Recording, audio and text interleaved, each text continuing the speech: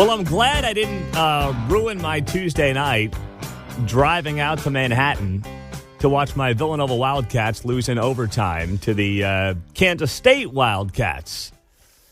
Thought about doing it yesterday, but I said, you know what? I'm not going to bring Claire an hour and a half down the road. I wanted to do it to watch the alma mater play K-State, and I haven't been to Bramlage for a basketball game.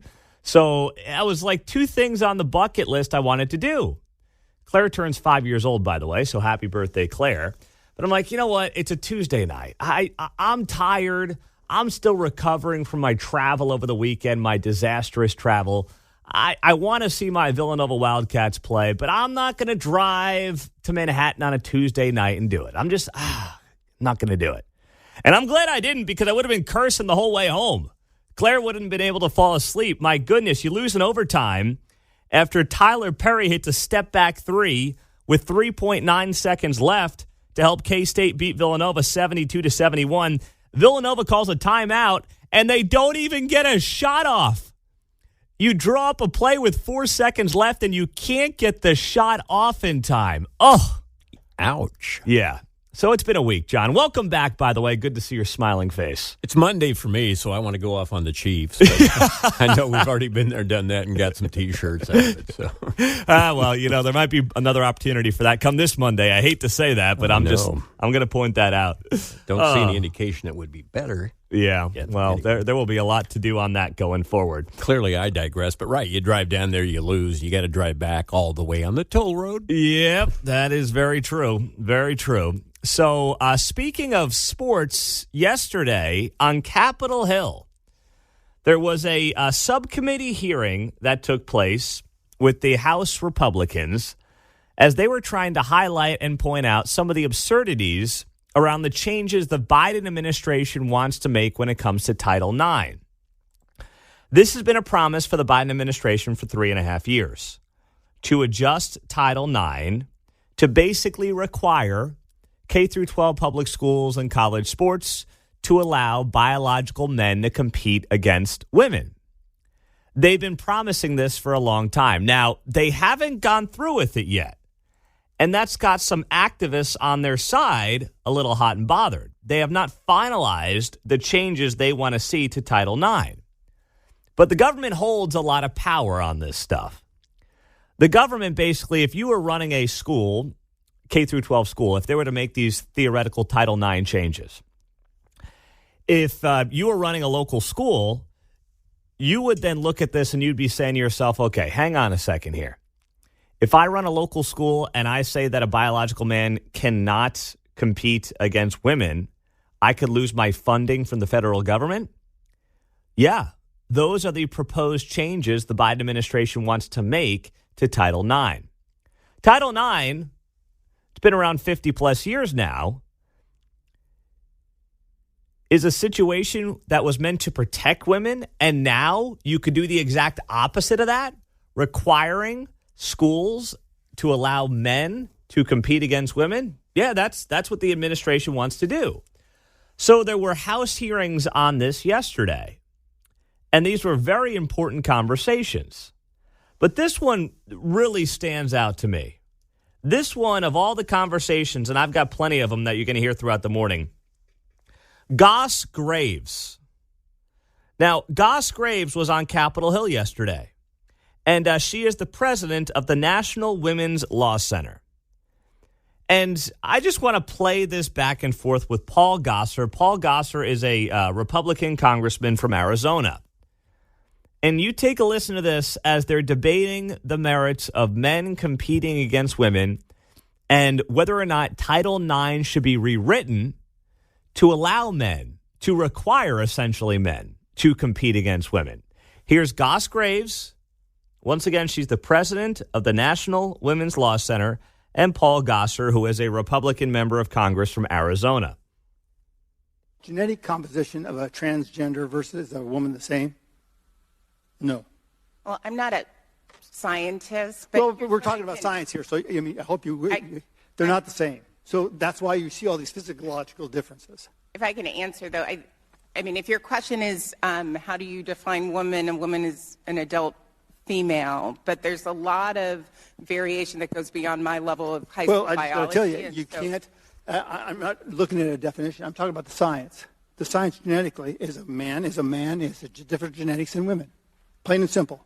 That's just what it is. I guess what I would say is that I'm not a scientist or a doctor, but it's my understanding that it is more complex than what you are saying, in that there is variation among men and among women, and sometimes more variation among than there is between. Again, I'm not a scientist. And take a shot every time she says I'm not a scientist, and you'll be pretty drunk by 6:10 in the morning. I'm just pointing that out here as we keep this conversation going. Yesterday on Capitol Hill, Goss Graves, president of the National Women's Law Center, and Paul Gosar, a member of Congress from Arizona.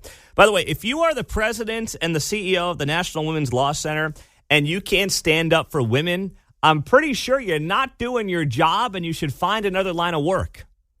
But what do I know? Let's continue anyway, as she continues to say that she's not a scientist, therefore she can't tell the difference between a man and a woman. Let's continue. I don't think the panelists are scientists either. It seems like it may be a different scientific hearing that you can... Well, that's why you have the differences. That's why you see muscle mass. That's why you see tidal volume. That's why you see all these... Right, there's variation. So, for example, in the WNBA, there's players that are 5'5", and there's players that are 6'9". So let me... Wait, what did... Stop right there. I'm getting pissed now. Wait.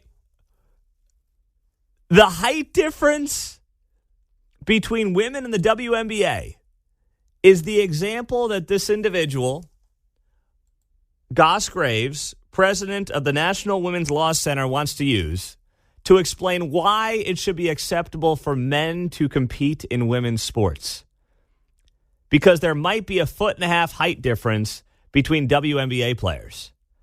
By the way, that's true in the NBA as well. You ever heard of a guy named Muggsy Bogues who was playing against Shaquille O'Neal, where there was like a 2-foot difference between those guys? But guess what? It didn't matter. They were both men. Way to bring height into the conversation where it doesn't belong. It's wide variation. Now that you brought that up, let's talk about that. So the center for the Arizona Phoenix Mercury, she had to get a genetics test to prove that she was a woman. Did she not? You know what? She did. And it's actually going to the problem with these sorts of sex verification and sex texting. Well, can you believe that this is a real conversation happening in 2023 in America? And by the way, the person that you heard from there, Goss Graves, is being applauded. Not being treated as a crazy person, but being applauded. I know some of you are going to have the opinion of this. We've got a lot of problems in this country and around this world, and God knows we do. And this is a cultural issue that is being overblown, and most people's kids and most young athletes are never going to compete against a transgender person. And transgender people should be allowed to compete in sports. And by the way, I agree with all that. I do. If you want to make a separate league or do something like that, fine. But you can't have biological men with advantages competing against biological girls. You can't. But here's why it's so important. First off, as a father of 2 daughters, soon to be 3, personally, it means something to me. I think it would to any father and mother of daughters who may eventually end up playing sports or do play sports, even if they're not directly competing against these individuals right now. But then on top of that, if we can't agree on basic biological facts, if we can't all have the same set of facts and relative common sense when it comes to something so simple, what makes you think we can ever fix the big issues? You tell me at 913-408-7957. What makes you think we can actually fix any real issues in this country if we've got to have hearings on whether or not men should be able to compete against women in fill-in-the-blank sport? That's why it's such an important conversation. Not that it's the most pressing thing as a micro issue facing the country. It's not. I fully admit that. But if you're going to lose a battle that is not based in common sense because, well, you have to accept what somebody believes that is not based in science and not based in biology, then how far down the road does that take you? And what else could that potentially lead to? And that's why this conversation is so critically important. 6:15, as we get it rolling on a Wednesday morning on KCMO Talk Radio, 913-408-7957.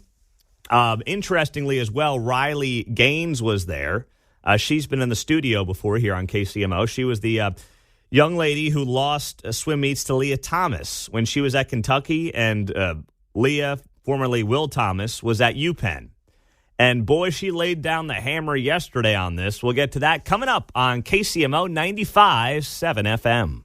It was quite a scene on Capitol Hill yesterday where you had Title IX getting debated between Republicans, Democrats, whether or not Title IX should be changed to suddenly allow men, biological men, to compete in women's sports. And by the way, if the Biden administration rewrites Title IX as they want to, what would happen? You could have school districts getting defunded or being at risk of losing federal dollars if they, let's say, don't allow a woman to compete or a man to compete, let's say, in women's basketball or swimming or soccer or whatever it might be. You literally could be required to put females at physical risk, because that's what happens when they compete against men, in order to get the funding to keep your school afloat. That is blackmail. That is basically how the mafia operates. And that's what the administration is considering doing. Fenny is in Overland Park at 913-408-7957. Fenny, good morning. Hey, good morning, Pete. How are you? I'm doing well. What's happening, man? This Title IX is just absolutely crazy. We talk about soccer and other sports and swimming. Why don't we just take an MMA ring match and make it a festive occasion for a week long, and just whoever gets their butts kicked for a week straight, that just ends it. Well, I'll tell you what, Fenny. I mean, I'm laughing at it because I see where you're going with this, but it's also like everything Title IX was intended to do, protecting women, is being thrown out the window potentially by this administration. I mean, women are no longer going to be protected by Title IX, which was the whole point of Title IX. Right. Well, I tell you what, I don't know what this world's coming to, and I just want to.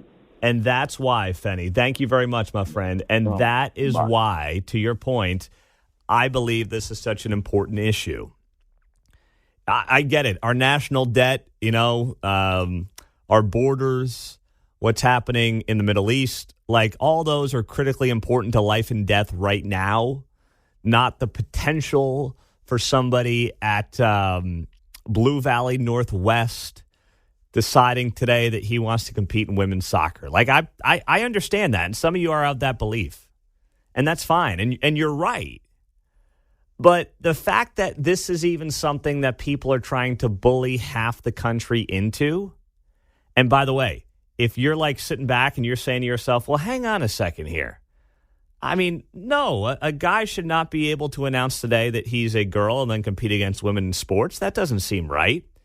If you point that out, I mean, you could risk being canceled.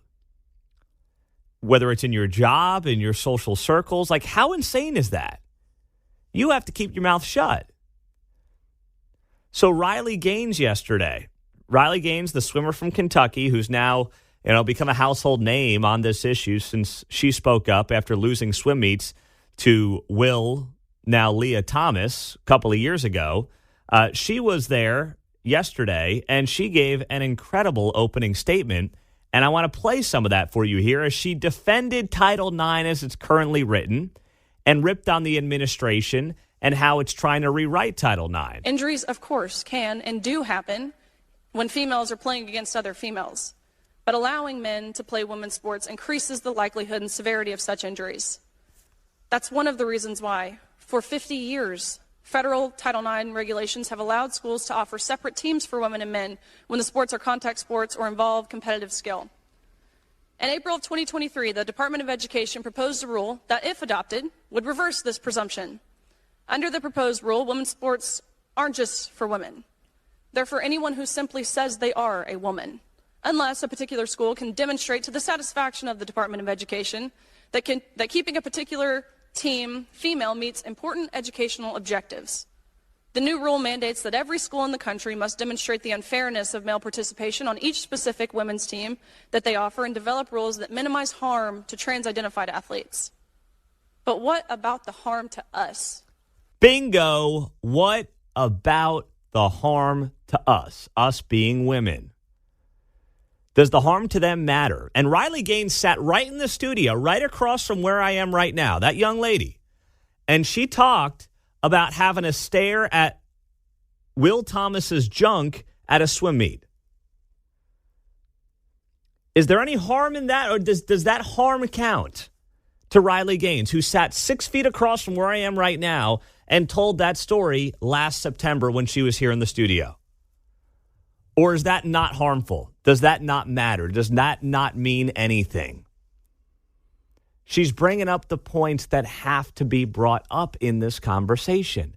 And nobody else apparently is willing to do it, at least not to the extent of Riley Gaines when it comes to former female college athletes in this case taking a stand. Not many else are going to do it. She's willing to do it. She is brave enough to do it. And she deserves a tremendous amount of credit for standing up on Capitol Hill yesterday, making those points. You can tell she's a little nervous. She tripped over a couple of words. That's okay. She's allowed to be nervous. She should be nervous, by the way, because she's under attack as much as anybody in this country because of that issue. And that alone is absolutely insane. It is good to be here kicking off a Wednesday morning, even though, congratulations, K-State. You got my Villanova Wildcats last night in overtime, but I'm still a little annoyed about it. But I'll get over it by like 7:30 this morning. Coming up next, Kansas City Star broke this headline story. Taylor Swift's bodyguard or part-time bodyguard, someone tied to KCPD. Is that right? We'll get to it next. Before we get to this next story, some breaking news here. I've been tweaking K-State fans this morning. You guys got a great overtime win last night over my Villanova Wildcats. Breaking from my buddy Tim Fitzgerald at Go Power Cat, Kansas State offensive coordinator Colin Klein is set to leave Manhattan to take the same role at Texas A&M with the Aggies under their new head coach Mike Elko, who left from Duke. So Colin Klein is leaving Manhattan, and he is going to be heading to join the Texas A&M Aggies in the same role. Oh, gosh, from last night's high to a low like that this morning. Of course, Colin Klein, Kansas State through and through, man. I mean, he embodies the Power Cat. And he's leaving Kansas State, and apparently he's going to Texas A&M. That according to Tim Fitzgerald of Go Power Cat, who is as in tune with what's going on with that program as anybody. So that's tough news this morning. I feel for you. It's like, come on, Colin, that's a dead end. Texas A&M? I know it's SEC money, but that is a dead end there. It's been a dead end for the better part of 25 years. Unbelievable. That's too bad. So this was the headline story last night at the Kansas City Star. I guess it still is this morning. KCPD captain appears to be working security for Taylor Swift. Does policy allow it? Story is about Captain Danny Graves, Kansas City, Missouri Police Department, who was seen in a red plaid jacket behind Taylor Swift at Lambeau Field on Sunday night. He's there with Taylor, with Brittany Mahomes, and he was there in Green Bay. I mean, multiple shots of them walking into the stadium together. Now, Kansas City Star wonders whether or not policy allows it. They write here in part, a Kansas City police captain, who's also the husband of Police Chief Stacey Graves, appeared to be working as private security for Taylor Swift when the Kansas City Chiefs played the Packers in Wisconsin on Sunday. Says Captain Daniel Graves was seen in photographs and videos accompanying Swift as the megastar walked into Lambeau Field with Brittany Mahomes, wife of Chiefs quarterback Patrick Mahomes, and Lindsey Bell, who is married to Chiefs tight end Blake Bell. So it goes on to wonder whether or not protocol allows for something like this. Now, let's be very clear. This appears to be private security. So there's plenty of guys and gals within law enforcement agencies all over the country who on their spare time do private security, right? Whether it's at bars, restaurants, for individuals. I mean, this is nothing new. This is nothing earth-shattering. Here's the question, though. I'm not really worried about the legality or policy because I didn't see anything the Kansas City Star laid out to suggest there's any policy violation here. Of course, they want to spin the conversation that way because anything to rip on KCPD, they're going to do because they're a bunch of hacks and a bunch of defund the police losers. And that's what they're in the business of. So until I see some kind of evidence suggesting there's some kind of policy violation here, I'm not even going to have that conversation because that's just ridiculous. Because guys and gals do this all the time in law enforcement. The question is, what are the optics of it? That's the question. The question is, are the optics of having the police chief's spouse suddenly appearing on national TV, working private security for Taylor Swift, knowing full well that being the spouse of the police chief may allow one to potentially score a gig like that. What are the optics of it? That's really the question. Now, I know there's many in law enforcement across the region who listen to this show, who are listening right now, and you can text in, you can be anonymous, you can let us know whether or not this is something that you have any problem with. Because I'm just curious. I see the issue when it comes to optics, or I'm at least willing to have that conversation, right? Because that gets into the tit for tat of any major company, any major operation, where if someone is potentially getting preferential treatment because of who they're married to, who they're friends with, I mean, that stuff causes issues in every company, big and small. That's not unique to KCPD or anyone or anything for that matter. We all deal with that nonsense in the work setting, right? Bob's getting favored again. Bob, that's what this conversation is really about. Not what the Kansas City Star wants to turn it into. 913-408-7957. That's the studio line and the text line here on KCMO Talk Radio. Text line, Pete, they just want a different chief. Well, here's the thing. There's no doubt Stacey Graves was not the choice for many at the Kansas City Star. That's obvious. And I've said it from day one. The minute some of these folks who have accepted Stacey Graves for one reason and one reason only, and that's that she's not Rick Smith, eventually they were going to turn on her. I don't know if this is going to be the issue. I don't know if this is going to be the thing. But the texter, you are absolutely right, 0140. There's no doubt that the minute they could pounce on something regarding Stacey Graves, they were going to do it. But I will say, the optics thing is worth discussing. I kind of think of it on a much smaller level as the Hunter Biden, Joe Biden thing. And let me explain here. I don't know if what Hunter Biden ultimately did, and we don't know yet. We don't have all the receipts, but it certainly doesn't look good. We don't know for sure whether or not Hunter Biden was in a position where he should not have been cutting deals while his dad was vice president or as he was getting set to run for office in 2020, right? We don't know for certain. But we know this much. The optics are awful. The optics of potentially making money simply off of your father's name as he's the VP and then as he's getting set for a presidential run again is horrible optics. It may not mean you did anything illegal. It may not mean you violated any policy per se. But optics for people in that kind of power matter.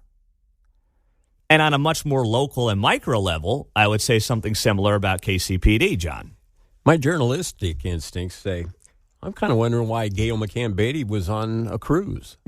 I'm kind of wondering why Frank White is MIA. Those are optics. Yeah. I'm more concerned about than who's watching Taylor Swift's back, who's got her 6. Well, yes. And Right. you know what? I think most taxpayers would overwhelmingly agree with you there. We're talking about missing a couple of stories before we got down to the Yes. how did this happen Yes. story. Well, Yeah. that gets back to why the Kansas City Star would want to pick on this story, right? Oh, yeah. I mean, 100%. they're making this a story because they want it to be a story because they don't like anything about police. They don't like anybody who's ever. I don't. You think that's too extreme? I don't. And here's the irony of this article they wrote about Stacey Graves' husband. She's the KCPD chief, Danny Graves, doing private security for Taylor Swift. This is part of their reality check series. I mean, you want to talk about needing a freaking reality check. Look in the damn mirror, Kansas City Star. You Well, kidding I me? would simply ask you, is it fair to say he can't do the job because he is Yeah. Well, married to the police chief? No, you can't exclude him from it. Reality Check here is a Star series holding those in power accountable and shining light on their decisions. Gosh, I can think of a few people in power that they skip over who may abuse that power and shining a light on their decision. Geez, I think you might have missed a couple of people there, Kansas City Star. But once again, what they really should call this is Reality Check is a Star series holding those in power to account that we believe need to be held to account and shining a light on their decisions. Reality Check, Kansas City shining Star. a nightlight on other issues. 913-408-7957. There are the optics of it, but then there's also the other story of it when it comes to the Kansas City Star and their want and need to highlight this. And that, frankly, should not be overlooked. But I also can sit here and say, okay, let's talk a little bit about the optics. 913-408-7957 as we roll towards 7 o'clock. Mayor Lucas is going to be here at 7:30 this morning because tomorrow's our radiothon. I'll tell you, too, about something we're doing on Monday. You can come out. You can hang out with us along with our new midday guy, Ray Stevens, on Monday night. I'll get you the details on that next right here on 95.7 FM, KCMO. Well, I've got some stuff on the text line here. I do want to share with you. 913-408-7957. Lead story at the Kansas City Star this morning. KCPD captain appears to be working security for Taylor Swift. Does policy allow it? And that captain is Danny Graves, the husband of police chief Stacey Graves. So I've got both sides of this on the text line here. All right, and I want to share them both with you. Pete, officers work extra jobs all the time. They have to make ends meet for a family. Absolutely. And that's why I'm in no way poo-pooing the story. The story is not about what the Kansas City Star wants to turn it into. They want to turn it into a policy issue to try to then take down potentially the police chief because that's what they're most interested in. My thing is more just the optics of it. Like, is it the best optics for something like this to potentially come out? And that's where we also have this side of it on the text line. Hey, Pete, as a member of KCPD, I can tell you that us low-ranking officers are tired of this behavior from our department commanders. They all get better vehicles than we do. They all get the cake off-duty gigs, like sitting outside of Kelsey's house, or using department vehicles for security for Patrick Mahomes, Travis Kelce, or Taylor Swift. So that is from a low-ranking officer, and he said he's speaking for many others when he sends in that text. Once again, that's just the feedback from some of you on the text line. This is from the Northland. Cooper, agree on the optics and nepotism. Someone is mad they didn't get the gig for her security, so they're mad they're getting back at the chief and her husband. This appears to be jealousy. That's at 913-408-7957. Jim is on KCMO. Hey, Jim, good morning. What's happening? Hey, Pete, just how long has he been doing this? Is it only since Taylor Swift's come in, or was he already providing service last year and the year before for Patrick Weiss's, for his wife? That is not clear to me. I don't have that information. Reading through the Star piece has not really confirmed or denied it. Security guards. What's that? I wouldn't think they would want to switch security guards all the time. Mm-hmm. I think they would rather be keeping the same one, familiarity and all that. Yeah, no. Listen, if if Taylor Swift was using Danny Graves and as security, of course, and she's having a good time and she feels comfortable with the same people as her security. I mean, if I was Taylor Swift, I would want to know the people that are, my security folks, and I would want to make sure they're people I'm comfortable with. So if she's comfortable with him, I get that. The question then becomes, though, Jim, how did the spouse of the police chief become the person that Taylor Swift ended up using as security to begin with? Well, I'm just asking, is she just along for the ride with the Mahomeses rather than because she sure had to have her own security all these years before she came to Travis Kelce. Mm-hmm. Now it's like she's a ride-along with the Mahomes, and they should have already had their own security anyway, which was probably this captain. Yeah. Listen, I don't know. I'm going to do some more digging today because I just, I got a hold of this thing early this morning or late last night. I didn't want to start making phone calls late last night, but I did see this and I have some questions like that too. The way it's written as if he was security for Taylor, not for the Mahomes. That's how it's written at least. But of course, just because the Kansas City Star writes it doesn't mean it's true. We know that much. Right. So, but they're just trying to make it look that way. Yes, but I would think. Yeah, but you're bringing up some good questions here, Jim, that need to be noted. So thank you for that. All righty. Good stuff. 913-408-7957. Newsflash, noobs and interns perturbed at perks that go to senior execs. Yeah, well. Yeah, that doesn't happen in any other business. Well, that's the part of it, too. That's the part of it, too, that I'm looking at and saying to myself, what about people who have been around a while having nicer cars and cushier gigs? I mean, that happens, right? That happens in every line of work. And it's a fine line between saying, hey, you've been around a while, you have earned the right to have a cushier gig, but then also pointing out, hey, where's that fine line between seniority and nepotism? And I'm not saying I've got the answer on it, right? I don't. But it's a conversation in every business, both big and small. Right. It exists in every one of them. New guy doesn't get the cush gig right off the bat. Yes, exactly. Exactly. Now, if someone's texting in and they're saying, hey, as a low-ranking officer, we think it's ridiculous. If it's a new guy, if it's a guy who's been around the block a long time, I don't know. Or a gal, of course. I don't know. I don't have the answer. But this is true in every business. But that's where the optics of it come into play. And that's where you could end up in a situation where you already have a police department that is stretched thin, that is short by 300 to 400 cops, that has had a 3-year run as you can have when it comes to homicides, being short-staffed, all the BS coming out of the media, everything that has gone on in this town the last 3 years has not been good for morale within KCPD. And the only thing I would say is that as leaders in any business, but especially in that business, you have to be aware of that and just be cognizant of it. And without having every angle of the story, and I will work to get it, because trust me, I'll get it before the Kansas City Star gets it. But without having every angle of that story, that is something that I do think and do believe needs to be considered. And at least needs to be looked at from afar. So we'll see what's going on here. I'll get more information on this today. Hey, by the way, Monday night, sign up for the Ray Stevens meet and greet. We're going to be out at Yeti Pub in Overland Park. Ray is going to do his first event here since he got on the air 3 months ago. I'll be there as well. We got room for about 50 folks for this event. RSVP now, KCMOTalkRadio.com. We're going to have a great time on Monday nights. Coming up next, we got to talk about this debate tonight. We'll get to it on KCMO. Still licking my wounds, but I'm going to make it.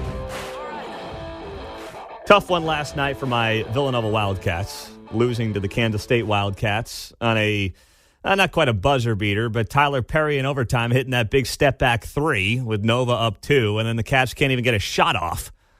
Unbelievable in the final 4 seconds. But congratulations, K-State. I'm just glad I didn't drive out, an hour and 45 minutes to Manhattan to watch a game end like that. Unbelievable. But then we find out here last hour that Kansas State offensive coordinator Colin Klein, breaking news, is leaving for Texas A&M. So That stinks since he was a Heisman finalist. He's obviously a legend there in Manhattan. So that's sports, though. You're feeling good one night. By the next morning, you're feeling like crap. I don't know. Maybe you could have stopped at a Brahms on the way back or something to drown your sorrows. Yeah. See, I don't know if there is a Brahms on the way back. Sure, that way, I wouldn't know exactly where it is. Well, they're putting the one in Lawrence, but that's not going to be open for a while. Yeah. I still think I'd They're have to go south of here more than they are west. I'd have to go down to Emporia, which is out of the way. Yeah. But hey, I'll do a lot for Brahms. I'm not sure I'm going that far out of the way, but I will go out of the way for Brahms. There you go. Oh, boy. Meantime, tonight you've got the fourth GOP debate taking place. And the question everyone's asking is whether or not Nikki Haley, who is hanging in there, saw her candidacy end yesterday on CBS. She was on CBS, and she was asked this question about whether or not kids should be allowed to transition. And here's the answer from Nikki Haley, who is going to be on the stage tonight with Ron DeSantis, Vivek Ramaswamy, and Chris Christie. You got four folks left tonight on News Nation. And Nikki Haley, some are saying her candidacy ended yesterday when she said this. Madam Ambassador, another question is what care should be on the table when a 12-year-old child in this country assigned female at birth says, actually, I feel more comfortable living as a boy. What should the law allow the response to be? Well, I think the law should stay out of it, and I think parents should handle it. So she's saying, hey, the law should stay out of it, and I think parents should handle it if a child wants to transition. Now, I disagree with Nikki Haley on that. My preferred solution is legislation that prohibits anyone from transitioning, especially a young person, because, well, supporting somebody flouting the basics of biology is terrible public policy. So I disagree with Nikki Haley on that. But do I think that ends her campaign? No, I don't. Because social media is not real life. Twitter, X, whatever you want to call it, is not real life. Everyone on social media is saying, oh, Nikki Haley is done. Now, listen, I'm not here to support Nikki Haley in the primary or anything like that. I'm just saying her campaign is not done because of this. Unless you think everyone's campaign is done because obviously Trump's going to be the nominee, which is looking more and more likely by the day. So if her campaign is done, it's because it's always been done because no one's ever had a chance to beat Donald Trump in this primary process. But if you're saying it's done because of those comments that she made yesterday on CBS, I don't think they are. There's a lot of people who are Republicans who don't care about that issue. Now, I disagree with them. But there are a lot of people who just don't think that's a problem, who are like, hey, I'm here to try to figure out the debt. We've got issues with our border. Like, I mean, maybe you don't agree with Nikki Haley, but that would not disqualify her. That's what many people would say. That's what I've heard, from some individuals since last night. But Twitter, of course, wanted to bury her and wanted to say that she's totally done. I think it's bad policy, what she just promoted.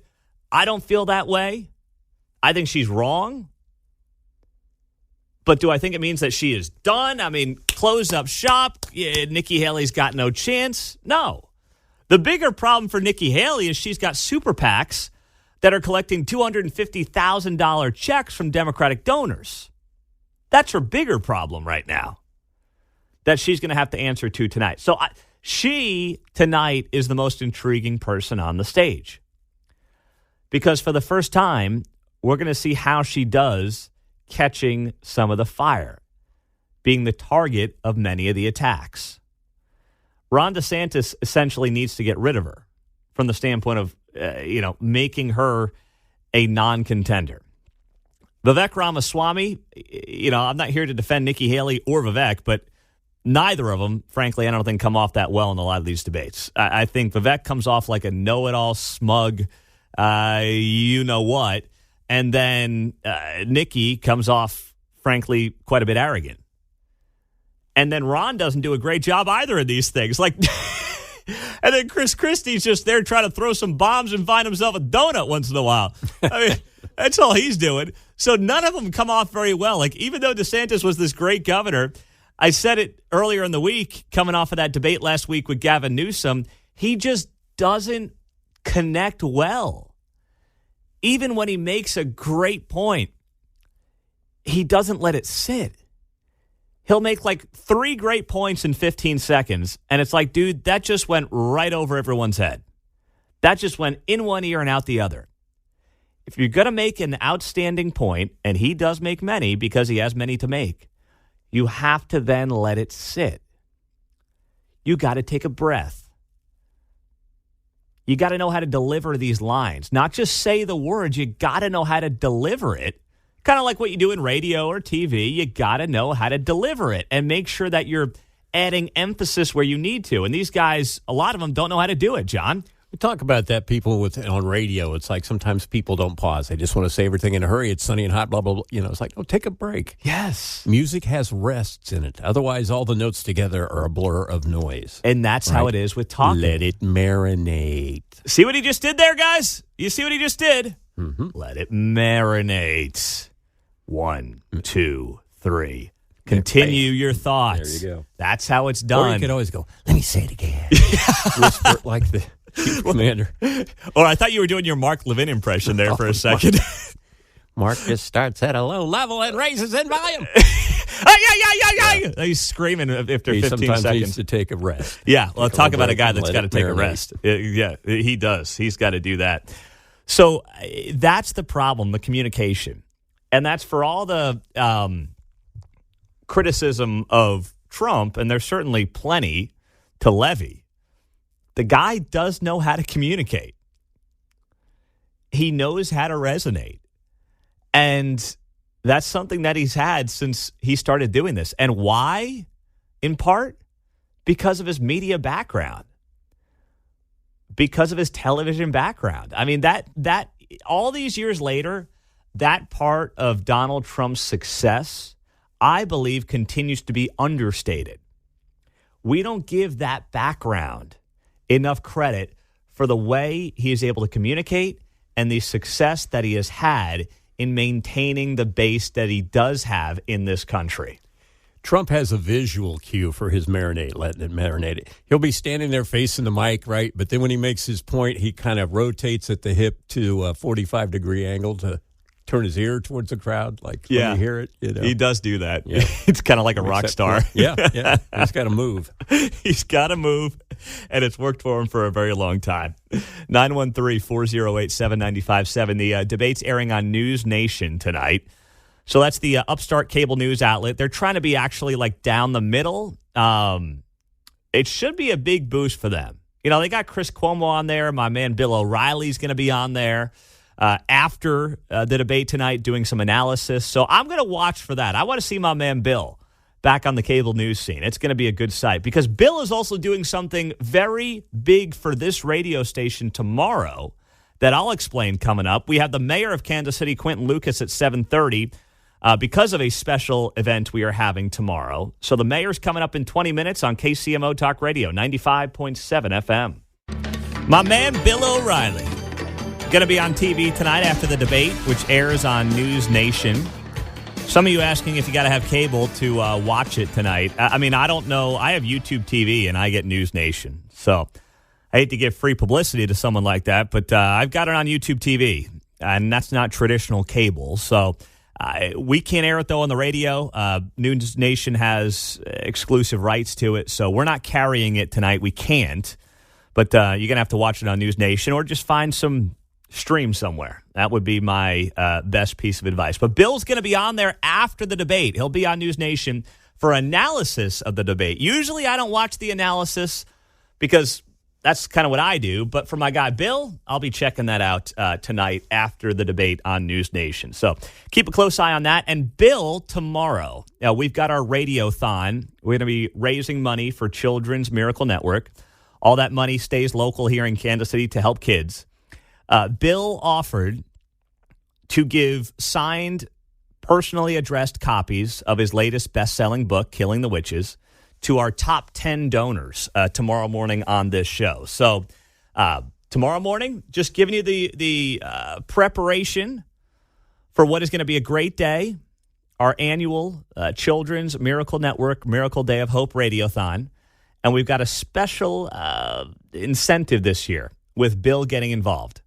And then the 10 biggest donors will get that personally addressed signed copy of Killing the Witches.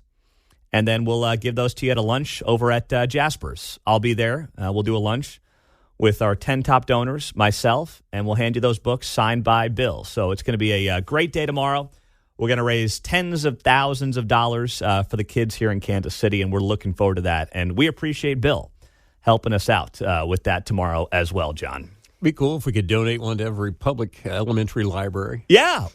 You know what? Got some space on the shelf, don't you? Don't get me started. Yeah, I don't know if they're going to have room on the shelf, Wouldn't between all the another double standard. Well, we can't have that. We can't have O'Reilly's killing Kennedy. We can't teach kids history. We've got transgender theory to teach them. Come on now. What are you doing? Mayor Lucas will be here in 10 minutes. He's not going to be on the show tomorrow because we have our radiothon tomorrow. So he's coming up in 10 minutes on KCMO. We've got some payroll numbers that just dropped here in the last 15 minutes. Private payrolls grew 103,000 in November, below the estimates of 128,000. So this from CNBC, private sector job creation slowed further in November, and wages showed their smallest growth in more than 2 years. This news just came out in the last 15 minutes. Companies added just 103,000 workers for the month, slightly below the downwardly revised 106,000 in October, and missing the Dow Jones estimate of 128,000. Along with the modest job growth came a 5.6% increase in annual pay, which is the smallest gain since June of 2021. Job changers saw wage increases of 8.3%. Making the premium for switching positions the lowest since they began tracking that data 3 years ago. I mean, that's the best way to get a raise. You want to get a raise? Go find another job. Trust me, that's the best advice if you want to do that. And you're seeing that in the numbers, by the way.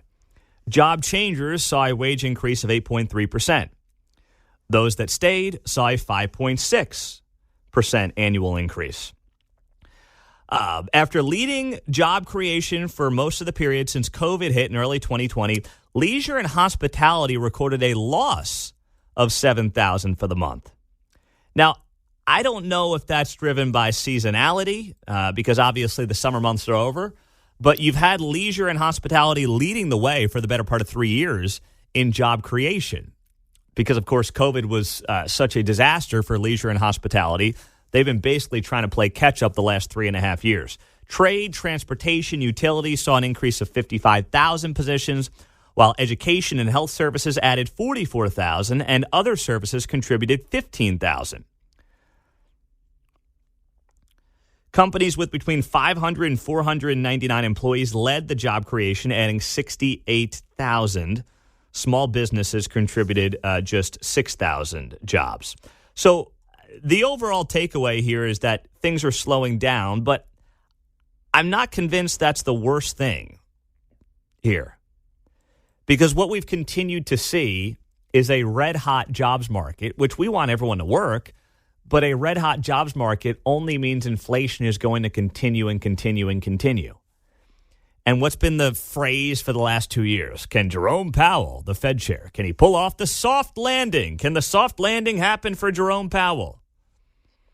Well, frankly, I want him to pull it off because I don't want some, destruction of the economy. I don't think any of us should want that. I want him to pull it off, even though I think he was dead wrong with how he handled inflation. He was late to the party on increasing interest rates, but I still want him to pull it off because it would be good for the economy if he could pull it off.